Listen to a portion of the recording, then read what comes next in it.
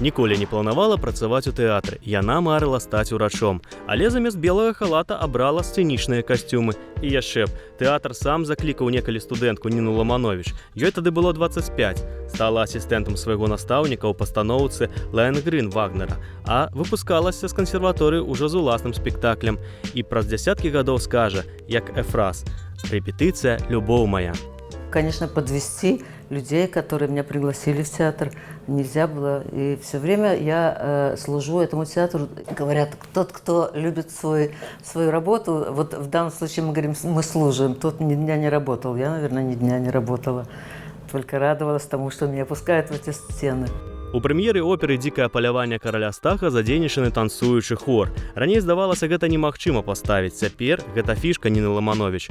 У 1989 годзе таксама працавала над гістарычным дэтэктывам Уладзіміра Караткевіча, але сваю вакальную роту вырашыла вывесці на зусім іншы ўзровень. И так было заўсёды.